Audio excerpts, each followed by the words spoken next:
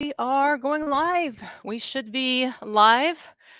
Let me change here the parameters. There we go. There we go. What's up? What's up, everybody? So I am here with Brett Dasovic, as usual. Must Yeah. be Monday. Yeah. The only bad thing about this is that they can't enjoy this, that I put up here. Wait, is that some type of specific painting? Where did that come from? No, I think my sister actually did this in an art class, Nice. so she did a good job. I think it was like a beginner art class. It's good. Yeah, but basically I just have nothing appealing to put on the walls. I have my Charlie Don't Surf, Apocalypse Now reference Yeah. way in the back. And then there's a pillow that some of my viewers have seen. I'll show you later, that has a bloody chainsaw on it.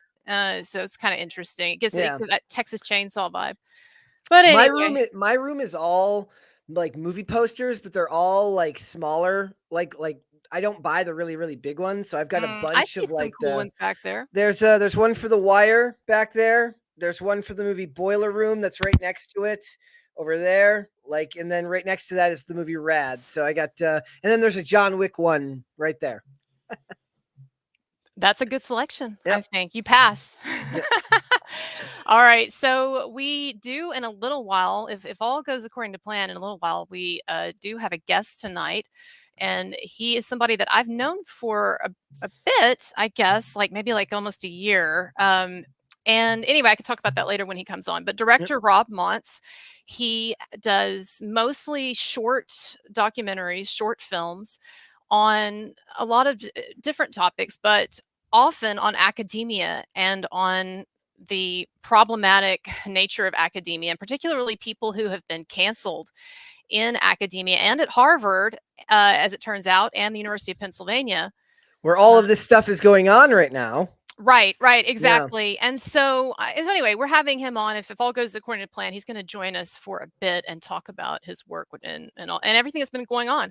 But I just wondered, we're going to get to Taylor Swift. We're going to get to the celebrity topics in a minute, because I actually do have a lot to say finally about Taylor Swift. Perfect. Excellent.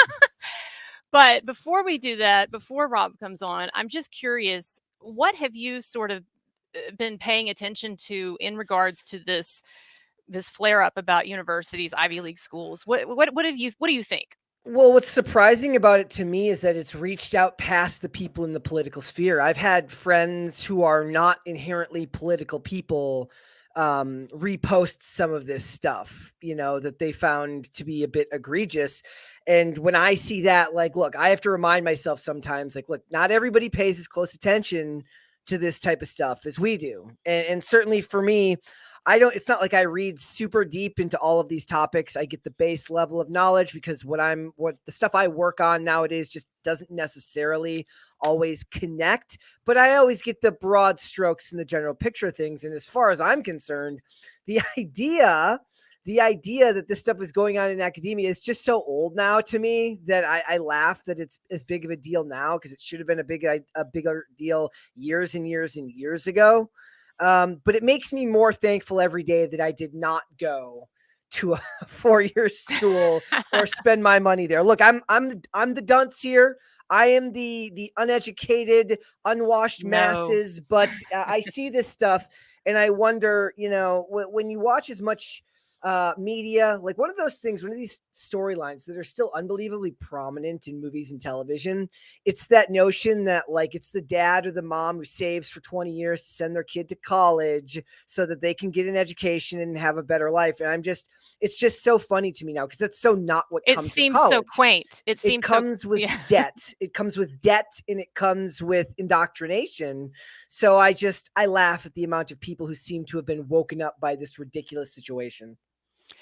Yeah, I have a few thoughts on that. I mean, one thing I'll say is that I have definitely been really frustrated with some of these guys, and I called out Bill Ackman in Yeah. particular several weeks ago. I initially, and I continue to be frustrated with some of these guys and gals who didn't have a problem before this when it was obvious that there were big issues in academia, and but now that it's attached to this really complicated Israeli-Palestinian thing, and I'm not excusing everything that some of these students are doing on campus that's disruptive or anything like that. I'm just saying that I have frustration that, to me, this is actually not the biggest issue that college campuses have. The What would biggest you problem. consider the biggest issue? Yeah, so some of the things that I talked about, and I had an article come out. I was really happy to have an article come out in the Daily Wire It about was this. great. I got a chance to read it. It's fantastic. Thank you. Yes, it's Yes. paywalled, but you can at least get a sense of it. And in the title, so the title of it was "American Universities Have Hit the Wall," and so I talked about how it's interesting that it took this particular crisis for donors and parents and people who and the government, people who pay the bills of these universities, to finally wake up and say, gee, we might have like some issues on these campuses, right? So I find that frustrating. But I did, in that article, I laid out several things, and I've talked with Rob Montz, our guest who's coming on, about these, and he's on the same page, right? We're probably all on the same page on this, but the way that these universities are ideologically weighted, completely imbalanced, weighted to one side. And look, one of the things that I've tried to make clear is that I really don't think that this is a liberal versus or a progressive versus conservative issue. I do not have a problem with even hardcore Marxist teaching classes, because I think we should have a range of perspectives that students are exposed to. What I have a problem with, though, is that in a recent survey of Harvard faculty, like 95% of them were moderate to extremely liberal, with a big chunk being extremely liberal. Do you know how many conservatives people answered that they were conservative or very conservative? It's like tiny. I saw it. I had to squint to see it. I was looking at the pie chart, and it was very, very tiny. So I just don't think that kind of imbalance, it doesn't represent our population. And I'm not saying that academia has to exactly represent our population, because they'll get imbalanced in various fields, but it's so skewed. And so that's one of my issues. We can talk about more. Actually, Rob just came on, so I want to bring him into this conversation. Let's do it. Hey, Rob, what's up? Can you hear me? Hi, guys. Can you hear me okay? Yes. Yeah, I can hear you okay. So we scheduled this at the last minute. I asked Rob if he could do this, and so I appreciate you coming on. The only thing, Rob, is that your image, it's just looks a little horror movie-esque the way it's doing the way it's doing stop motion right now, but it's got a cool effect to it. If you say something ominous, this is going to be great. Okay. Well, is the audio okay? Yeah, the audio is great. Okay. We don't care. You guys, we're used to that. Again, as you know, that I live in the woods, and sometimes the cell reception out here is suboptimal. But I'd like to think the horror movie stop motion effect adds to the power of my prose and the power of my analysis of the ideological corruption of higher ed. So I'm going to play into it. I'm going to lean into it, if that's okay. Well, it just stopped. That's what's funny. There we go. Damn it, everything's man. coming together. I wanted to go old school again. Yeah. Well, I'm really glad that you could join us. And you've come in at the perfect time. You've interrupted a rant that I was well into. So I'm sure everyone's breathing a sigh of relief. Yeah. But I've known you a bit. We've never met, but we were introduced online by Roy Price, who is an awesome guy and the former head of Amazon Studios. So hello, Roy, if you're watching. And so I checked out your work, and you have done a number of, I think, really spectacular short films, documentaries on various problems with the Ivy Leagues. And so I guess what I wanted to do is I wanted to ask you, first of all, do you have any thoughts about what's going on currently? And then I wanted to get into actually talking about some of your films and things you've looked at. So. Well, I don't know if I've ever sent it to you. So my first big film was about my alma mater, Brown University, but this was back in 2014. I mean, when I went there in the early 2000s, obviously there was a pretty heavy partisan skew with the undergraduate body. And I was like a self-described wildly overconfident, like obnoxiously pugilistic libertarian. So I was completely in the political minority at the time. But it was, I'd say that it was still oddly accommodating to like my weirdness and my kind of eccentric political opinions. And it didn't ever feel like it was authoritarian or kind of enforcing a particular ideological homogeneity. And around 2013, something happened at Brown in particular that felt like it switched. Like it no longer was about there being an eccentric minority that we accommodated. Oh, I'm sorry, you're here. I'm gonna switch out here and there just to get you on the big yeah. screen. You're great. Yeah. Keep going. That to accommodate it was it got to the point that they were willing to sort of brutally enforce through censorship a particular ideological kind of party line. And back then in 2014, 2015, when I made that doc about Brown University, I remember people, the standard issue response was, who cares what a bunch of like overeager, hyper zealous college students think about anything, right? It was like, yeah, like everybody has wildly overconfident, extremist political opinions when they're 20, but eventually they're going to grow That's out of it. true. That's Right. true. They Yeah. always say you're going to grow out of it, right? Once you get out of college. And I remember saying back then, I don't think these people are going to grow out of it. I think I have a sense that they're going to bend the institutions that they inhabit to their will and their particular extreme partisan politics. And sure enough, that's essentially what's happened, where particularly for elite college campuses, that funnel a lot of their newly minted graduates into elite institutions, what Barry Weiss calls the sense-making institutions, right? So the New York Times or Google or other elite media publications. That it's not as if they get civilized or domesticated. It's not as if they like are forced to actually like check their priors and generate some sort of substantiating evidence for their political opinions. They just, through these tactics of hysteria, bend the adults in the room to their will. And the one thing I would say is, if you get enough generations of newly minted elites to be ideologically corrupted this way and trained in the ways of like aggressive, like kind of aggressive ways to bend people to their ideological wills, the elites like are a relatively small slice of the American population, but they have outsized influence. And again, not to like jump ahead of myself, but No. I think like particularly, this is very fresh in my brain because we're finishing up a documentary right now about this. In the summer of 2020, you get the dual elite failure of propagandistic narratives about Black Lives Matter and propagandistic narratives about the nature of COVID, which we can get into. Not a conspiracy, but like there's No. I think we're probably on the same page, honestly. right, Go ahead, exactly. And so, the elites, which are a relatively small slice of the American population, if they feed false narratives to the rest of America, you get major American cities being burned down to rubble. You get schools in America being closed while literally the school system in every other Western country is open.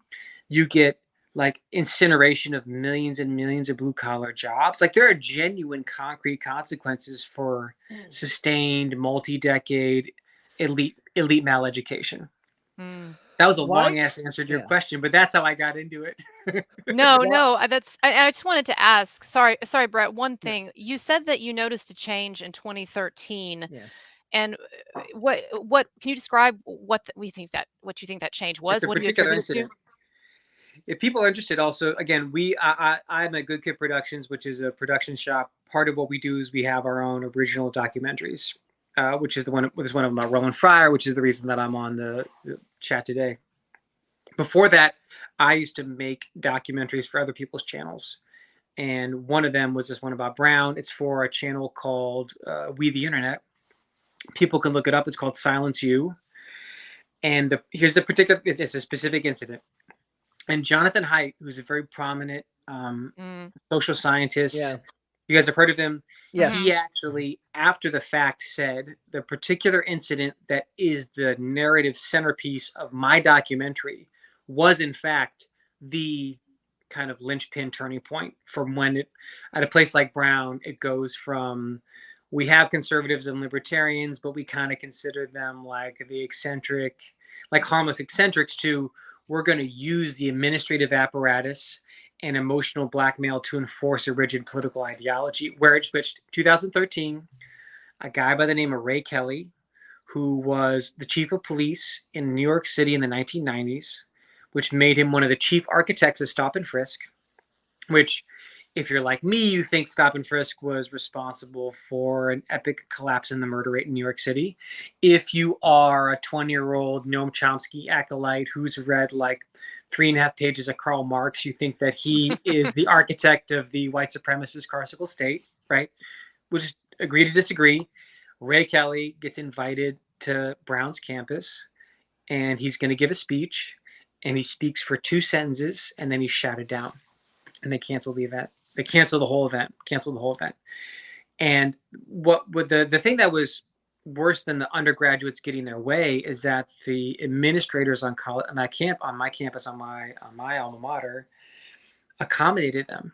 They actually like kind of lauded them. They kind of said, well, it might have been inappropriate. Maybe technically it violated the codes of conduct for Brown University, but we applaud their enthusiasm, right? Their rugged, passionate commitment to social justice. And that was the point. One of the first major critics of that response from the Brown University administration was a brilliant economist by the name of Glenn Loury. And Glenn Loury has been a star of multiple films of mine since, including The Silence You Part 1, which is the investigation into Brown. And Glenn Loury is the person who put me on to the Roland Fryer story. He's the reason I'm here now. I've listened to his podcast before. Yeah, he's excellent. Go ahead, though. What was the other school where the kids basically took over the campus for several days, and the head of the school just acquiesced? It's called Yale University. That's Silence You Part 2. That's Silence You Part 2. That's honestly the second one. It was like a community college, right? What was the other one that I'm thinking? It was like it happened in so many places. I feel like the one somebody in the chat might know the one that I'm thinking of, right? But it's Evergreen. Yes. Okay. Yes, it's Evergreen State College. That's the one that I'm thinking of, right? That's the one to me that was very early on that I was hearing about, and just kind of shocked by how easily the administration rolled over to let them take over. But I also wonder how much of it's timing wise has to do with, and we were talking about this earlier. Around 2013 is when you have a phone in your pocket and you now have access to information instantaneously all the time. So groups are starting to form where they can start to protest digitally. And these institutions, which are run by people that don't really understand technology, bend the knee much faster to bad words on the internet than perhaps they would have back in the day when it had to be letter writing campaigns and things like that. It's easier to organize in the digital age. Yeah. I mean, my reading of it is that it's overdetermined. I think one of them is technological innovation, social media, the ability to it is weird that some idiot thing you do when you're 20 could potentially be seen by tens of millions of people and define you for the rest of your life. That's probably not good. Frankly, that's probably not good. I know that as a 20-year-old myself, I said a lot of idiot things, and I'm glad that there's no resonance of them on the internet. So advent of social media is a huge deal. Obviously, the sustained ideological corruption of these institutions, which has been happening since the 70s, which has been happening since fucking Foucault died of AIDS, right? Is where there's a particular pro-intolerance leftist ideology that becomes fashionable among the people that run these schools. And I mean, I gotta say that a big thing also for me, I think, is a generational, systemic psychological frailty resulting from the collapse of childhood, which actually has a completely nonpartisan flavor to it. And again, I don't want to get on a tangent here, but just that's one of the critiques that a lot of people are making. And you mentioned Jonathan Haidt earlier. Is this critique? He's huge on this issue. He's gigantic. Social media is he's the most prominent advocate for banning cell phones in high schools now. Yeah. Particularly, he's like, do not give particularly your 16-year-old daughter an Instagram-equipped cell phone. Like, are you crazy? Are you crazy? Yeah. So I think those are great points. Let me ask you, before we get into talking about some of these specific cases you've covered, what What are your thoughts on DEI? I'm sure you're not a fan, but how much of a problem do you think it has become in our institutions? And not to make anyone feel stupid, we're talking about diversity, equity, and inclusion philosophy initiatives at various, universities, corporations. It's all over the place now. What are your thoughts on that? Who could be against inclusion and diversity? Right. Because then you're against inclusion. You want an exclusive. Yeah. Right. Right. It's Uh, Orwellian. Yeah. I mean, you can't disagree, right? But it's actually very poisonous. Would you agree? Yeah, I'm kind of mostly just parodying much smarter writers at this point, which is the DEI apparatus that I'm most concerned of was the one that was installed by the federal government in the wake of the Civil Rights Act, which essentially created legal mechanisms to enforce punishments for disparate impact, as it's kind of known, right? Like the idea that any particular employment practice, hiring practice, firing practice has disproportionate racial effects could be ipso facto evidence for racism being written into federal law, and having disgruntled employees be able to successfully sue their former employers for millions of dollars because of their being victimized by disparate impact racist behavior is like a huge part of the story, right? Mm-hmm. And again, that doesn't mean that's like not a particularly partisan or political point in the sense that it's not about it's less about ideology and more about the legal structure of America itself that enables a kind of thuggery, like ideological thuggery. That seems to be, hugely important. And then I don't know. I mean, on the DEI thing more generally within corporate America, I've become just like I'm like a standard issue Marxist on this thing now, where I just think that it's a conspiracy by like the global elites in order to divide the working class, to undercut their bargaining power, and to make it more difficult for them to actually extract economically substantive concessions from their employer. I basically 100% agree with that. By heightening our focus on differences between us. If you're focusing on 1619 and you're an Amazon warehouse worker, you're less likely to unionize, right? And also they're trying to like sow hatred between the black long haul trucker and the white long haul trucker, when in fact those people have the exact same economic interests, right?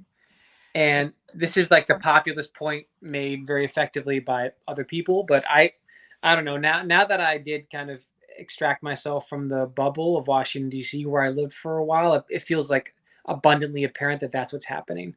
Either consciously or subconsciously is about like the division of the working class and undermining their ability to create social solidarity, political solidarity. Well, speaking of the working classes, Harvard. Yeah. I wanted to talk about what I think is one of your best videos, and it's very relevant, and that is the documentary that you did on Roland Fryer, Roland Fry. Tell us a little bit about him, and then kind of give my audience a summary of how he got screwed over by Harvard and why. So Roland Fryer's life is basically a movie script. And when I tell it to people, it almost seems unbelievable because of how dramatic it is. I mean, this is a guy that was he was instantly abandoned by his mother, born into kind of poverty, working class life in, some faceless, anonymous Florida suburb. His dad is a gambling addicted alcoholic who goes to jail when Roland is 17 years old. Roland barely graduates high school, and he goes to the University of Texas on an athletic scholarship. So, I mean, by all accounts, his life is destined to one of just obliviousness and economic destitution. But somehow he, through sheer intellectual excellence, pulls himself from the University of Texas to becoming the youngest Black professor to ever receive tenure at Harvard University, right? And he, wow, unlike some other characters we're going to discuss, immediately distinguishes himself as anything but a affirmative action hire. He's like a stunningly brilliant, insightful economic mind. He has like a huge publishing record. and he wins the Clark Medal, which is the medal awarded to basically the best young economist under 40 in America. It's kind of the mini Nobel Prize. Wow, so he's like a prodigy, basically. He's a prodigy, but the prodigy implies some level of luck, and it implies some level of luck, and his life is anything but, which makes it all the more impressive, right? Wow. Yeah. For Go Roland, ahead. though, a lot of academics, I think, rightfully are characterized as being concerned with irrelevant technical puzzles, like they spend their time on things that could have no possible application to life. Roland basically says, okay, what are like the 10 most provocative hot button issues about race in America? I'm going to do hyper rigorous economic investigations into those topics, right? So police shootings, the phenomenon of acting white, black-white educational achievement gaps, the nature of the Ku Klux Klan, like just all the most hot button stuff imaginable. And his findings on net end up bursting a lot of woke pieties. But I think it's important to point out he's not a particularly ideological or partisan person. I have no idea what his political persuasion is, but things like he and his team go to Houston, they do a rigorous analysis of the kind of documents related to police shootings for the last couple decades, and they definitively determined that there actually was no racial bias in police shootings in Houston. And in fact, black suspects were slightly less likely to be shot than white suspects, right? And then would have been about 4 years ago, his career is suddenly cut short with a very vague sexual harassment case. Like his career is over within 2 weeks, where they shut down his lab and he's kicked off campus and he's branded a sexual predator. And basically the only coverage of his punishment was from the New York Times, which dutifully repeated the talking points of Harvard University, which is that this man is an unrepentant sexual predator, and he was rightfully punished. He got what he deserved, right? And what did he do, or what is he accused of doing specifically? Because I remember from your film, it was harassment, but you talk about in your film that it started off that this woman had like 30 complaints or something, and they ended up getting everything got eliminated, but like what, 6 complaints, and they were all pretty much ridiculous, right? Tell me more about that. I mean, people should check out the doc for the real detailed rundown of it. Again, people can see it at Good Kid Productions on our YouTube channel. I mean, the essence of it is he's not blameless. I mean, there's definitely ways that he crossed the line. I think the defense is he was never accused of touching anyone or having a relationship with anyone. When you say cross the line, I mean, it was basically he flirted at times is what I got from it. Not even flirting. I just think it's basically it's inappropriate sexualized jokes, which is it's not flirting though. It's not like predatory. And he never touched anyone, and he never had a relationship with anyone. This is according to the Harvard University's own investigators, right?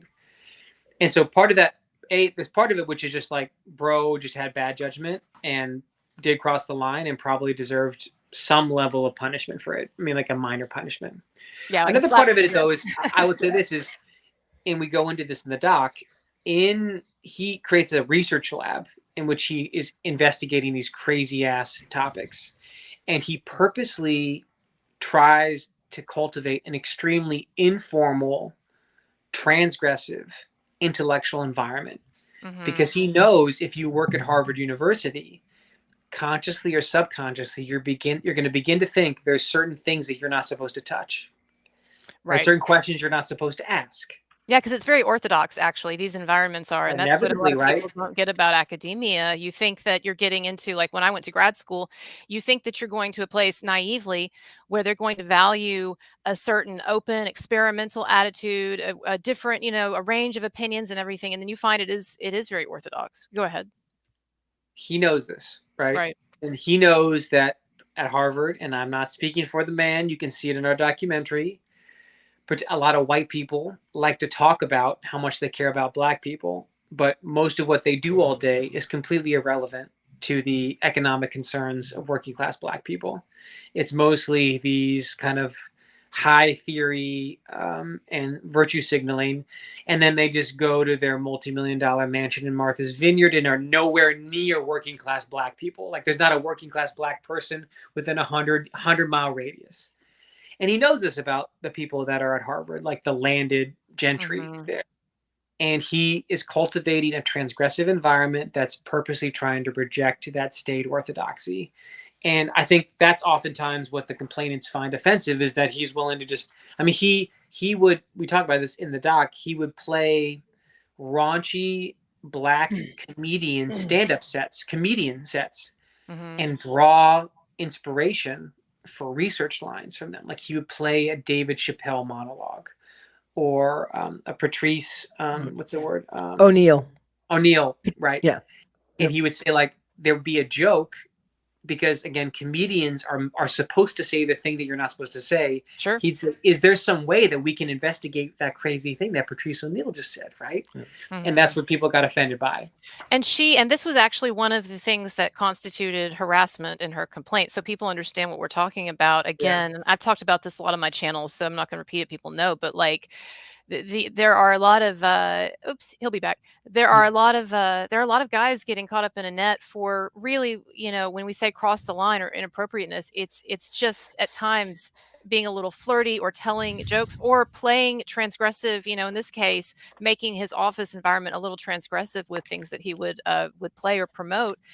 And this was something that I saw actually in academia as well, is that there were people who got caught up in this sort of Me Too Title IX net, because they did try to genuinely reach out to students and cultivate a bit more of a relationship. I'm not talking about sex or anything, but like, for instance, I had a friend who was actually a pretty hardcore feminist, and I know Rob keeps going in and out, but he'll be back.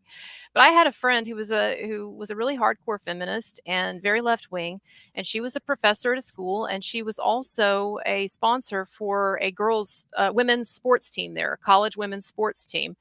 And one night she was as one of the sponsors, she was on a bus ride, and she was talking to the women, and it's late night. They been playing a game, and it's they're women who are into sports, and there's a sort of like a body sort of humor, right? Okay. Kind of and so anyway, so she told a joke, and there was someone on that bus who got pissed off by that and thought that it crossed the line of appropriateness. And so she got Title IX, and she got reprimanded and ended up having to leaving that school for that reason, primarily, I think. And so that was, I always thought that was so ironic that here was someone who herself, oh, I'm sorry, Rob. Here was someone herself who supported these ideas, and then she got bitten by this. So tell me, Rob, what ended up happening to Roland Fryer? What did Harvard do? So I'm not gonna tell you everything, because I want people to watch the doc, right? But at the point here's all you know, which is, his career's cut short. Nobody has a thing to say about it. And then about a year ago, we released an investigation in which I think we mount considerable evidence indicating that his punishment was not, in fact, based upon the fact he was a predator, but it was ideological retribution for him refusing to be a good standing member of the Black intelligentsia at Harvard University. Right. And I would just say, like, this, maybe that might be interesting for people, is that came out a year and a half ago. It did very well, got a bunch of things.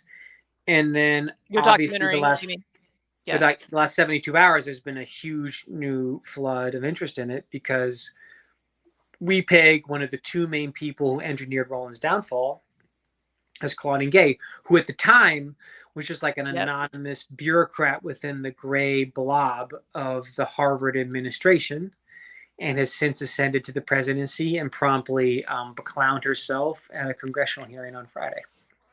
Yeah, so this was one of the things that I really appreciated in your documentary, was there was a little section in there, a segment where you talked about her.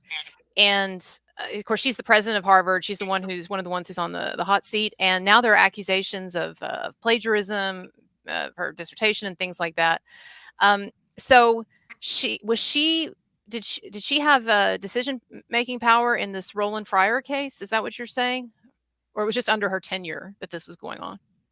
It's that there's an investigation that the investigators recommend that Harvard that Roland receive some training. some Mhm. workplace sensitivity training, Harvard's own investigators. That finding is then passed along to a committee of 6 people. We knew the identities of 2 of them, and one of them is Claudine Gay. I see. And they take a recommendation that Roland receive training, and they turn it into essentially career termination. Roland is banned from campus for 2 years. They liquidate his lab. They actually end up taking, there's tens of millions of dollars that he raised, and they stick it in an escrow fund, and they bar him from ever accessing it. They fire something like 90 people that Wow. work for him, and they say that if you come back to campus, there needs to be a monitor, like a Title IX monitor needs to go to, and you have to go to sexual harassment training. And I also found out that Claudine Gay went to the president of Harvard and lobbied him to revoke Roland's tenure protection. Basically, the only reason he was not fired is because he has tenure, which is this odd feature of the academic job market, which basically guarantees him a job for life. And For some of the kind of the upper crust of professors, yeah. No, absolutely. right. And so they basically gave him the worst possible punishment short of firing him, and then tried to fire him. And the president didn't do it because it's extremely rare, and there would have been gigantic public blowback if he had. And so that was our finding. So the thing about Claudine Gay, I don't know that much about this plagiarism charge. If I'm honest with you, I'm not particularly impressed by the findings so far about it. I'm The real not thing for either, her is just particularly since it's actually so it's so widespread, and the instances they found were in the greater scope of the dissertation are really not that big of a deal. I just think it's interesting because it's just yet another stroke of terrible luck for her. Go on though. right. I mean, the bigger thing about her is that she has like a scandalously thin academic output. I mean, I mean, this is straight what you need to know, which is like, without getting into the particulars of the academic job market, which Christian, obviously you're very familiar with, like if Claudine Gay looked like me, her resume would not get her a job at the Charles City, Virginia Community College. I'm not joking. I'm not joking. If she looked like me, she'd have trouble getting an adjunct position at Virginia Commonwealth University. But because of certain phenotypic differences between the 2 of us, her completely paltry academic output is enough to get her tenure, professorship, and then rapidly ascending up the administrative apparatus at Harvard University. And I think she kind of displayed that at the hearing, which is not so much like that she's some zealot, but she's just not a particularly deep or complex or sophisticated thinker, right? And she gets to run this like educational institution that has a $50 billion hedge fund underneath it. Yeah, it's amazing, and I did not know, and I feel stupid in not knowing this and admitting that I didn't know it, but I didn't know until just this last week how much money um, foreign entities give to our schools. And like people kept talking about Qatar, for instance, right? And how much money, how much of Harvard's endowment comes from that, or donations. And so, and I'm not necessarily saying they shouldn't be able to or whatever, but I'm just saying it is amazing how much money these schools are sitting on. But I see now it's being reported that $1 billion in donations have now been, or future donations have now been rescinded from Harvard. Somebody was reporting on that today. And so even at the level they're at, they've got $50 billion. When you start seeing the billions coming off, that's got to be kind of, anyway. You have also, and you've got some really interesting films on a professor at the University of Pennsylvania, Amy Wax. I know you don't have time tonight to get into all of that, but that's one. I'll put links to all of these things in the comments. But Amy Wax, a professor who got in a lot of hot water for just being honest about some trends that she was seeing in law school. And then you also talked about a professor at Stanford who it seems got sort of swept up in the Me Too thing also for political reasons. Katz? Princeton. There's a guy at Princeton by the name of Joshua Katz. Yeah. Yes, that was an interesting story. Yeah. Go ahead. Let me I'll do a little plug and then I do have to go. But thank you guys so much for having me. Yeah, again, the thesis. We're gonna put your links up. Go ahead. Yeah. Thesis of Good Kid Productions essentially is we want to have like Netflix level quality of production for documentary investigations, but infused with a certain politics that is completely repellent to Netflix, right? To Like a Netflix, yeah. willingness to the highest possible level, at least is what I aspire to, and sometimes mostly fail, but sometimes get to highest possible quality of craftsmanship, storytelling, editing, color correction, animation, camera work, highest possible craftsmanship, but infused with, you know, a willingness to sort of tackle topics and storylines and burst political pieties that, you know, a Netflix or a Disney never would. And so a big part of our output obviously is related to higher ed, but, you know, there's one of the other things that I'm most proud of is there's a very famous viral police shooting incident that emerged after George Floyd was shot that turned out to be a complete hoax that we completely demolish with this documentary. Wow. That stars an interview with Bill Barr. There's stuff we've done about violence in New York City. We've done things about how the K through 12 education is fundamentally misaligned with the needs of males, right? Yep. We've also done one about the glories of Ulysses S. Grant. That one didn't do so well, but it's still very close to my heart. I don't care. I don't give a shit. So I would just say if people are intrigued by what we've talked about, they should go check out our stuff and subscribe. It's just at Good Kid Productions at YouTube, and they can find me at Rob Montz at Twitter and Facebook and Instagram. Yeah, I have the link up there for Good Kids. I'm going to put your name up here too. So I just have one more quick question for you, Rob. Yeah. Why are you so fond of showing your ankles? You gonna ankle shame me? I'm No, a I 40-year-old actually man. like I know it. what I like. I know what I like. Okay. I like it. No, no one can accuse you of not being a really stylish dresser. And so, and you know what? I like the ankle thing. It reminds me of like the colonial era or whatever, the revolutionary period where the men wanted to show their ankles. So. Come on.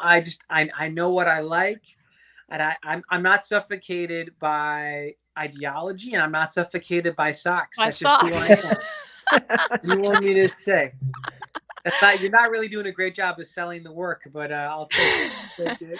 Well, the work is amazing, and in particular, I just want to say to people, I'll put a link below. I've already linked up to your YouTube channel, but you put out it looks like one film on YouTube every like month or two, and it is amazing that you get the views that you do with the way that the algorithm punishes people who do not post frequently. So the fact that you can get like hundreds of thousands of views or whatever for a lot of your documentaries, it shows, I guess what I'm saying is it shows that the quality of the product is really high. And when people look at your stuff, like it's obvious that these are like legit documentaries. So I encourage people to go there. And there are actually twists and turns in this Roland Fryer story that we didn't have a chance to get to. And so it's only a 22-minute documentary. Go to his channel. I'll put it up one more time.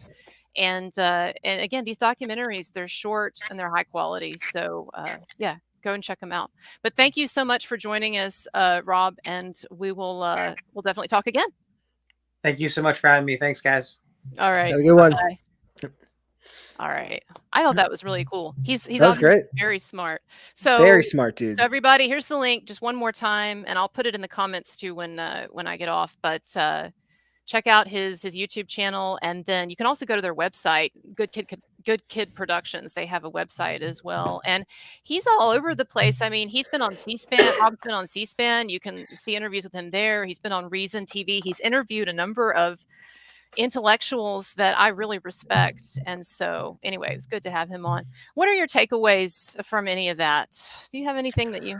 I just wonder how big the lie must have been to have gone as long as it has, with schools being the way they are, with college, right? Because so much of the youth is still told every day that they need to go to college, despite the fact that some of the biggest discussion points we have now, at least among political regimes, is the idea of student loan debt forgiveness, which seems to speak to the idea that, hey, it's not working out quite the way we thought it would when we talk about things like that, right? Because watch any TV TV show, any movie, talk to most of the parents of kids that are sending their kids to school these days, they're telling you, that was the big lie, right? You got to go to college so you can get a good job one day. Otherwise, you're going to work at McDonald's the rest of your life. That's what they always told my generation. If you don't go to college, you're going to end up working at McDonald's forever. And it's just not true, but it doesn't matter because by the time the kids realize that, it's too late. They've already taken out the loans.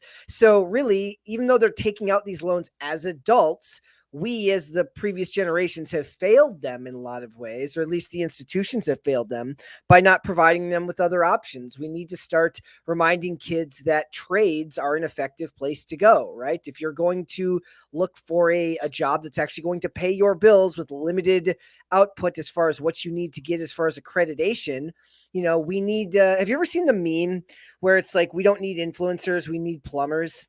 And Yeah.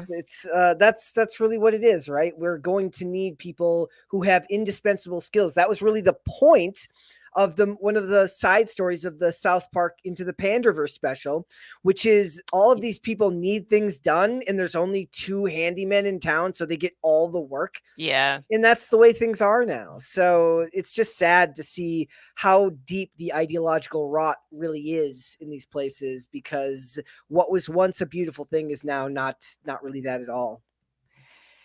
Yeah, and like I've said before, there's a part of me that's still a bit torn on the idea that students or that young people shouldn't have to take a Shakespeare class or whatever. I mean, I know they do in high school, but like there's a part of me that's kind of torn on it because I do believe the unexamined life is not worth living, and I do believe that if you just get technical education in life, then you're really missing out on a lot of deeper meanings. But death to generals, no more generals. You have all the look. How about this? With no generals to speak of, it should be on you as the adult, because you're going to college, you're an adult now. It should be your job to enrich your own life. It should be supposedly not at a rate that's going to pay these colleges gazillions of dollars. Take a class at the Learning Annex, okay? No, I know it's been totally corrupted. It has. You're right. It's been totally corrupted, and I can't defend it. And like I said in a video that I posted the other day, American universities have hit the wall. Like in the latter years of when I was teaching at university, in the latter years, I did start saying to students, I don't even think you should be here. This is way too overpriced, all of that. Like yeah. I really did try to kind of help them to see it clear, but but a lot of them are there for the experience, and my friends are here and this or that. And it gets complicated, but that's such an expensive thing to do for the experience. I know. And so, but you know what? We were talking earlier before Rob came on about this idea that it's taken so long for people to wake up to the fact that there are problems on campus. And this is the thing that it amazes me how many parents have known over the years that there's something really wrong, and yet they're still, it seems like, happy just to write the check. I guess what I'm saying is most of the time when people spend their money on something, and I know a lot of people, there's loans and stuff too, right? But most of the time when people spend their money on something, whether we're talking about parents, we're talking about donors, some of these big ticket donors to these schools, most of the time when they do that, they're actually very interested in how that money is spent. They don't want to waste money. They don't want to give away a lot of money that's going to the wrong thing. And so I guess it's just been amazing to me that people like Bill Ackman and some of these others were giving for years and years and years to institutions that were actually reinforcing negative attitudes about those people's lifestyles. I mean, the average, most college campuses, the faculty are going to be very against the idea of capitalism, to varying degrees. But this idea of evil, business people, evil corporate America, this and that. And meanwhile, the people in hedge funders, they're the worst, right? But meanwhile, the hedge funders and the corporate CEOs or whatever, they're just happily funneling the money. So that is a real disconnect for me of it's amazing that academia, I feel like it's really gone under the radar, even as everyone sort of pays lip service to this idea that what makes them any different? When it really comes down to it, they're selling you a product. It's a bullshit product. It's a piece of paper. They're selling you a shitty product at an extremely marked up rate. What makes them any different than the fact that Target or Walmart or any of these places try to sell you a product? The only difference is people get loans to pay for it and the government insures them. They're a monopoly. In many cases, they're a monopoly. So they're hypocrites too. They're hypocrites because they're selling you a product. So they're awful. They're evil. I say, look, and I understand that I'm the unwashed masses here, as I said earlier. I did not go to a 4-year So school. unwashed. So, like, to me, I just look at it and I see nothing but hypocrisy from these people that complain about the West. They complain about capitalism. They complain about all of these things. Well, until you give me a decade with no new student centers being built, I don't want to hear it. Like, until you pare back your costs, like, that's the most annoying part, right? Is they don't have to respond to market forces, right? Because it's artificially inflated, and it's just, no, it's true. It's true. Me off. No, it's true. Probably our super chatters are pissed off too because I've been ignoring you since the beginning. So we're going to go back and catch these few. It's not that many. Andrew Jacobs says Destiny is going to be a much better masturbator now. Who is master debater? Master debater. Master. Do you know who Destiny is? The political... No. Why don't you explain this? I keep seeing this Destiny thing on Twitter, and I have no idea what it is. Destiny is he talks politics. He's a streamer. Okay. He's been on whatever a bunch of times. He talks about a lot of stuff in the political sphere. He's come on Timcast quite a few times as well. Oh, he's very much a progressive, but one that you can actually have a discussion about. Judging just by the fact that he's gone on Timcast proves that he's willing to have a discussion, right? A lot of people who are ideologically opposed or politically opposed to people like Tim won't even go on their shows to talk about it. So he will do that.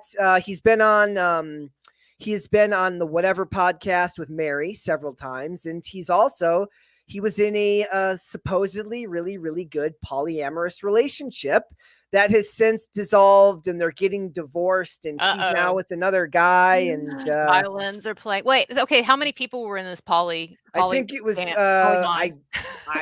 you'd have to ask Mary. I think it was just it was like an open relationship, and they were allowed to do whatever, but now they're getting divorced, and people understand that, maybe messing with the things that have worked for forever isn't necessarily the greatest way. Did he promote polyamory? Yeah. Okay. He said that it was a good thing, and that it was that Mary really doesn't like this guy. So. Yeah, I can see why Mary.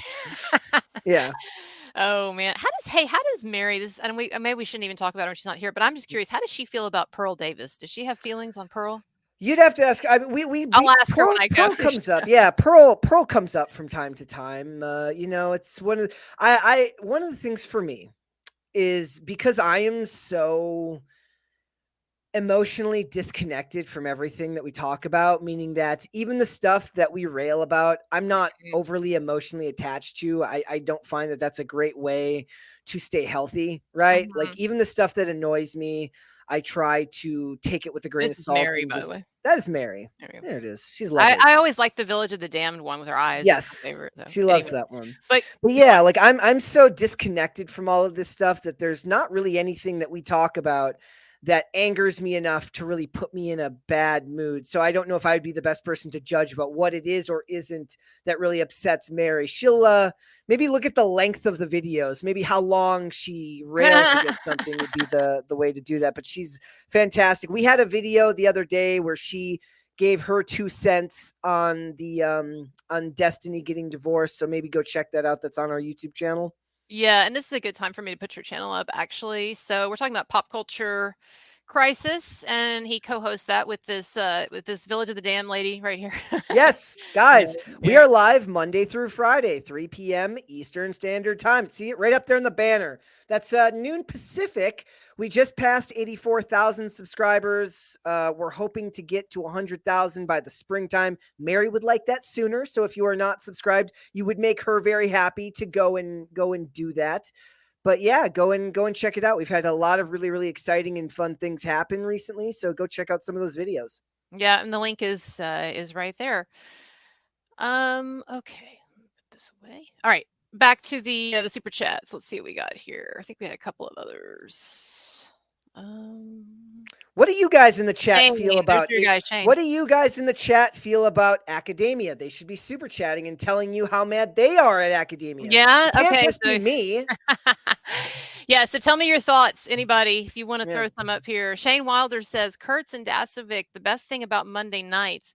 Sorry I didn't get to yak at you guys on the space, Brett. We ran out of time and we can't cover Tim's time, LOL. So have you done many Twitter spaces, or was that the No, first that you that just was did? my first. That was my first Twitter space. So me and Mary went on with Josie, the redheaded libertarian, and we talked pop culture and where it intersects with politics in relation to things like Taylor Swift, Disney, several other things. It was a lot of fun. It was it was a very stimulating conversation.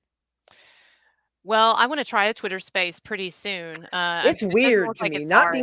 Not being able to see people is weird, cuz like when you do a show like this, especially in person, but even in spaces like this, you take cues from the people you're looking at, right? So it's like every time somebody would say something, I'd start talking, and then I wasn't sure if I was really the person who should start talking right away, because I don't want to step over someone, but unfortunately you kind of have to do that in those spaces sometimes. So it was a very different experience to just kind of be in an audio only environment, because first of all, I'm deaf in one ear anyways. So it's very hard for me to hear sometimes. I use a lot of visual cues for things like that. But I think it went very, very well. It was a lot of fun.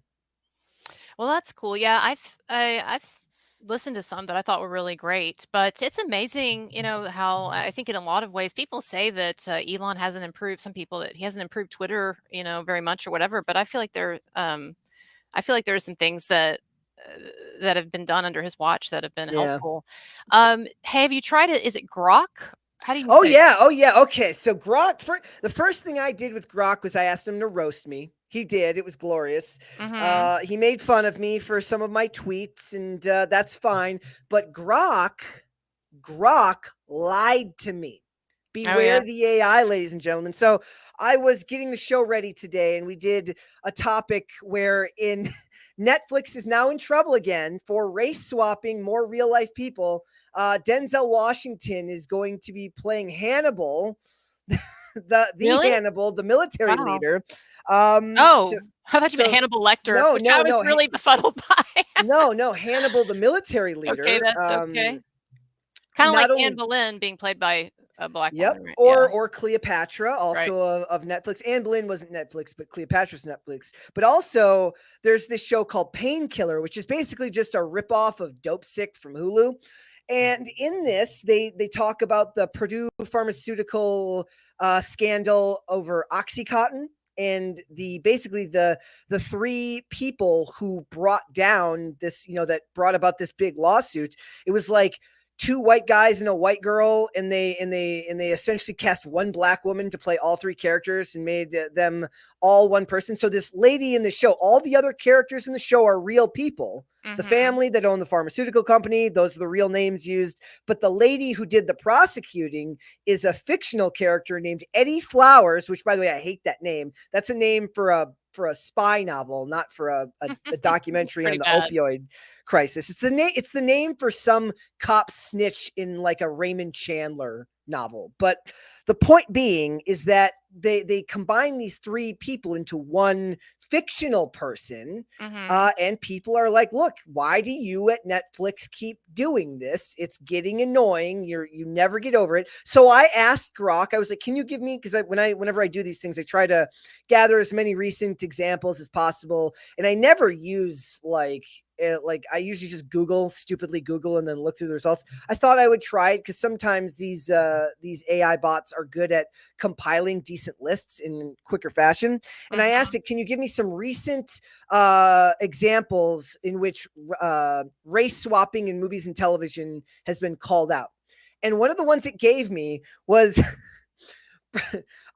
they race swapped Barack Obama for a white guy in White House Down 2022. Well, the movie White House Down came out in 2013, not 2022. And in that movie, the president is not Barack Obama, but is played by Jamie Foxx. Now, they could have meant supposedly Olympus Has Fallen, and I think Aaron But Eckhart it's played the president in that one, but he's not Barack Obama. He's just white did it just fuck president. up? Do you think Grok just does it just Grok fuck up? lied to. Oh, don't ever give him the benefit of the doubt. Grok lies Well, to I don't you, have a lot ladies of and gentlemen. confidence if he got it for whatever his reasons are, if he got it that wrong. Shit, I thought we were further along with AI than that, where he's like making those kind of mistakes. I thought maybe I'm wrong. Maybe there's a White House Down that's What been movie was remade Barack in Obama in? Did I just miss yeah. that? So, it's it That's was a bit funny. egregious on Grok's part, but he is a good roaster. If you have whatever it is, like Twitter Premium Gazillion, whatever, like I only have it because like Timcast, the company, has official Twitters, so Mhm. you're a part of the company. But if you have it, I do recommend you go and have Grok roast you. It's quite sobering. Yeah, I haven't been able to use it yet, but some people might wonder what we're talking about. What exactly is the definition of grok? Like, how would you describe it?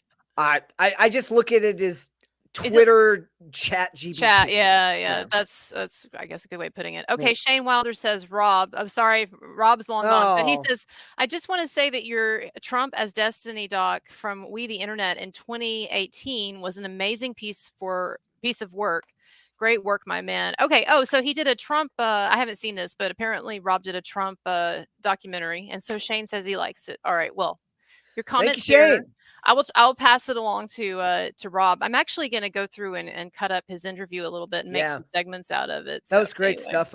He had some great stuff there. yeah, yeah, he's and his movies are really, really good. So, but I wasn't joking about the ankle. I won't put any pictures up, but if you look him up, he definitely intentionally wants to show his ankle. So, Well, here's the thing, though. For women, they're like women have more of an incentive to hide it because there's more financial benefit for women to show the ankles and downward, whereas men, there's no market for it. So just do what you got to do. That's right. Well, he's a snazzy dresser. He's I think Rob is probably one of the best dressers that I've actually seen. Okay, so someone wants to see this art again. DC&C. Yes. Isn't that nice? Yeah, so that Nice. my sister did that. That's a lot better than if I painted it, that's for sure. Okay, let's see if there are new comments. Did I get everybody? Oh, Shane. I don't want to miss anything Shane's saying. Words of wisdom. Is Shane one of your best fans? Your all-time Shane best? Shane Shane is not just a PCC daily viewer. He is our resident meme lord. Remember, I called him a memestress last time by accident. Shane is a meme lord. He's always posting funny memes related to the show. Usually, I look at them and I feel a bit dead inside. Like one day, without context, I'll be looking back at these and wondering what the hell I was doing with my life in my 30s. But Mhm. it's going to be great when I actually do that. We are in very interesting times Mhm. where and I don't know if you ever think about this, Brett, you probably do, you're an introspective person, but we are in interesting times where you and I are doing, in your case, doing something for a living, in my case, trying to do something for a living that wasn't even a thing 20 years ago. Like there was no YouTube until that people were using in a widespread way until the mid 2000s, as I remember, maybe a little earlier. But like it's amazing to think that we are now consumed with something and a lot of the social media and everything that wasn't even a force 20 years ago. It's really interesting. I was watching an old interview. Or sorry, not watching. I went back. I've explained this in the show before. I never look at anything that I've ever made. I don't ever look at the videos that we've posted. The sound of my own voice brings horror, just feelings of dread. Everyone feels that way, I think, Severe yeah, about feelings their of voice. dread. But I did go back through and look at an old interview I did for a skate magazine that I had a profile in. And first of all, I'm every bit as long-winded now as I was back then. I was unbelievably long-winded. I felt so bad that like the answers I wrote were so unbelievably long. But one of the things I pointed out in it is I said they asked the question about, do you really have to live in a place like California to be famous in sports like skating now? Because back then California was the mecca for all skateboarding, rollerblading, bike riding because of the weather, right? Okay, And my yeah. answer was like, I don't really think there is a home base anymore because I got most of my recognition early on in the sport by posting clips on YouTube. My YouTube account goes back to 2005. And basically, when I was doing that, what they were saying is this is lowbrow. You should be Right. filming video parts, because at that time, what you did is you filmed several video parts a year and they were put out as DVDs at various times for the companies you skated for. And they were saying it's lowbrow. This is not what the professionals do. I said, look, your DVD player is going to be extinct in a couple of years. Like, I was a little bit early in my prediction, but I said, look, times change. We're going to have to evolve with the times. So in a way, I kind of always saw it coming. Mm-hmm. For these types of, clearly not to the extent that it's become such a But you were robust early. living. I mean, you were early. Yeah. If you So had a YouTube channel in 2005, good on you. I've got skating edits on my YouTube that are almost 20 years old now, that have been up there since the year 2005. So it's something that and the tech is changing now, and people are moving to different platforms. It's certainly a vastly different environment than it was before. And as bad as some of the stuff we see on the internet is these days, I still have a lot of love for the way in which we have democratized so much of entertainment, right? So all of the humor that I love doesn't come from Netflix specials. It doesn't come from HBO. The stuff that makes me laugh is the offensive stuff I see in Instagram reels. People who make offensive Instagram reels, that's the comedy that I want to see. And what I love about it is this is just some dude, oftentimes with a cell phone. These are friends making these videos. They're creative. They have a cell phone. The technology is accessible. And there's something beautiful about that. Like, as bad as all the bad stuff is, the good stuff is good too. The key is just figuring out what the hell you focus on. Yeah, it feels like being in a tornado. Thank you. Hey, could you, Dustin, could you find my phone actually? Is it? Oh, it's right in front of me. Never mind. Sorry. Ah! Isn't the guy that you? I always told it was the guys who were like, I can't find it in the kitchen, and then the girl, and then the Not in girlfriend my goes in the relationship, kitchen. dude. No, I'm totally. He was a captain in the military, and I'm just like always like, what's going on? I wanted to just make sure that we weren't getting any comments on PayPal, because I always forget about that. But anyway, everybody, we'll take oh, let's see something.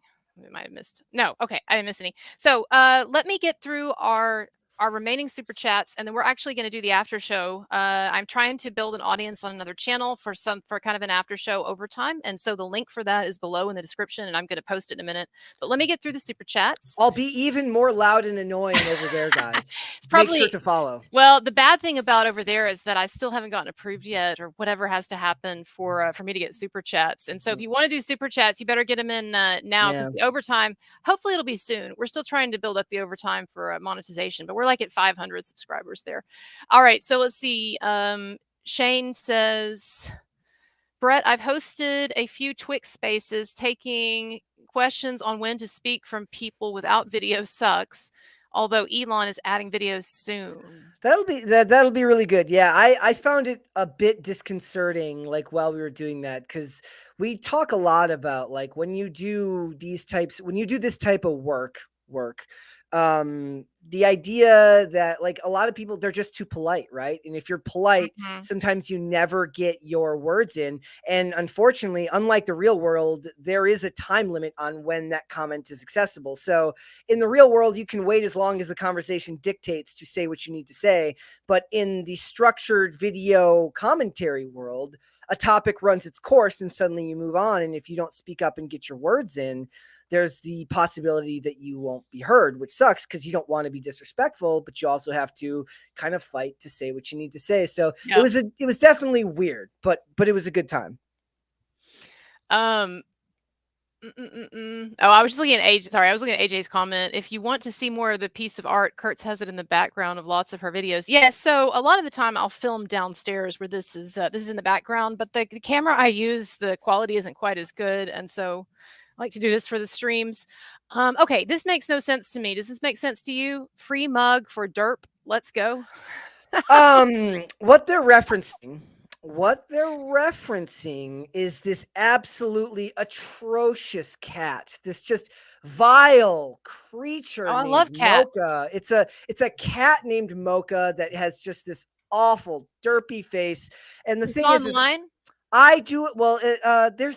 We have a viewer on the show. Her name is Olivia. She's a lovely person, but her Uh-huh. cat is awful. Her cat is genuinely terrible. And what they do is I do a segment on the show called Cute of the Day. It's where fans of the show or friends of the show, people who watch the show, they send in pictures or videos of their pets, their dogs, their cats, their chihuahuas, everything, right? And it's Cute of the Day because pets are cute.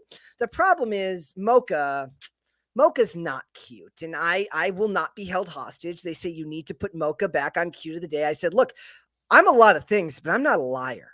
I'm not gonna lie. She's got another Must be cat named really ugly, She's huh? got another cat named Chloe, perfectly acceptable. But Mocha, Mhm. it's not even that Mocha's ugly. Mocha's not ugly. Mocha just has a derpy face that just it fills me with an unbridled rage that I just can't What does explain. derpy So mean? Is that like a smushed face, like some of those it's Persians or Himalayan or whatever? it looks permanently stupid.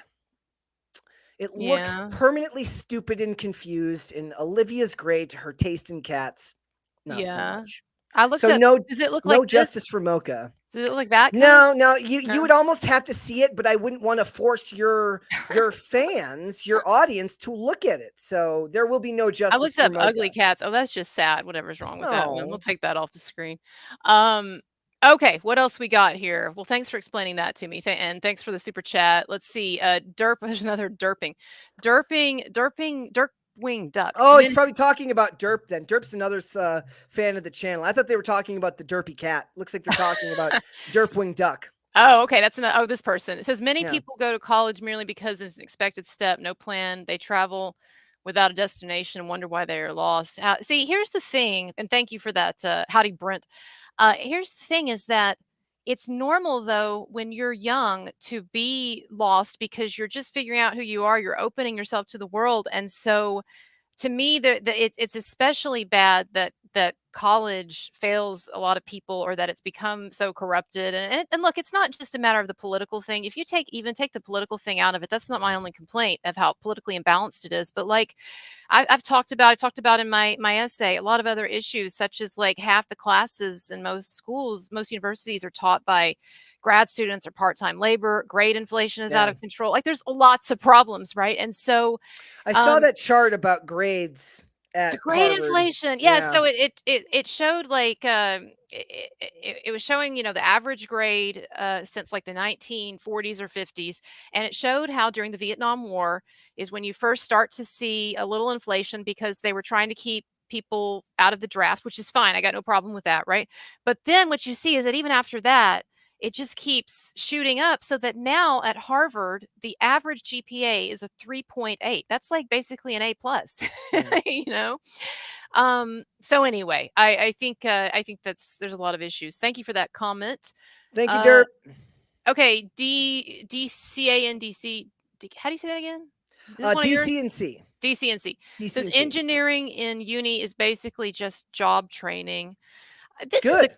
this is actually something that I wanted to point out as well. Like the kinds of stuff that a lot of us are complaining about in relation to academia, it's definitely worse in certain fields. So if you take an engineering class or something, I'm not suggesting that you're going to have a lot of political stuff thrown in there or whatever, like you would if you were taking a class on film where they're going to throw in all Yeah. this like racial and gender stuff. But what's alarming about the sciences, though, is that in terms of their admissions policies and in terms of like these fields, even there is such a push now for diversity hires Mhm. that there are a lot of people getting admitted to these programs, or even getting jobs coming out that are not being hired based on their qualifications or solely on their qualifications. And like in medicine, this is a big problem. Heather McDonald, I think she's a brilliant intellectual who's been calling out academia for a while now. But one of the things that she looked at in her book is how um,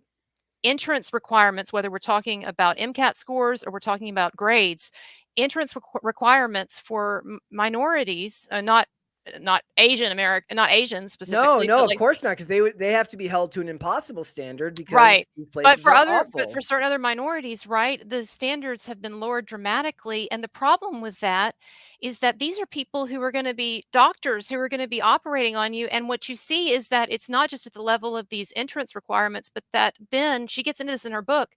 Then all of the stages, whether it's like an internship or or these various, getting through medical school, graduating, then Yeah. doing what do they call it? Not an internship. What do they call it in medicine? Remind me. Residency. Yeah, residency. Thank you. Yeah. That actually this sort of DEI affirmative action attitude is infecting all levels of medicine, so that you have people actually becoming doctors who didn't do well in medical school and aren't good doctors, but because there's this affirmative action push, diversity push, you see them getting moved up the chain. And so I really have a lot of concern when it comes to stuff like that. One of my favorite memes is this video of these two it's these two paramedics, these two female paramedics, and they did this one trend where it's like, what's better than one cover girl? Two cover girls. And then it's like it shows the girl and then she like puts her friend in the frame, and then it cuts to like an ambulance going off a bridge.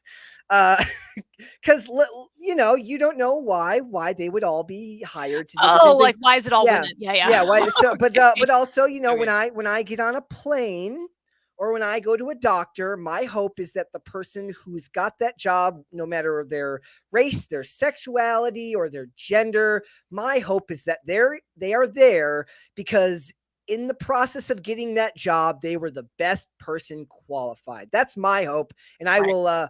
I'm not super superstitious, but maybe I'll grip my chair just a little bit tighter from now on until things calm down. Yeah. DCNC says Mr. Kurtz is a captain, you outrank him. Yeah, that's funny.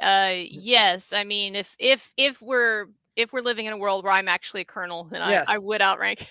that is true. You would.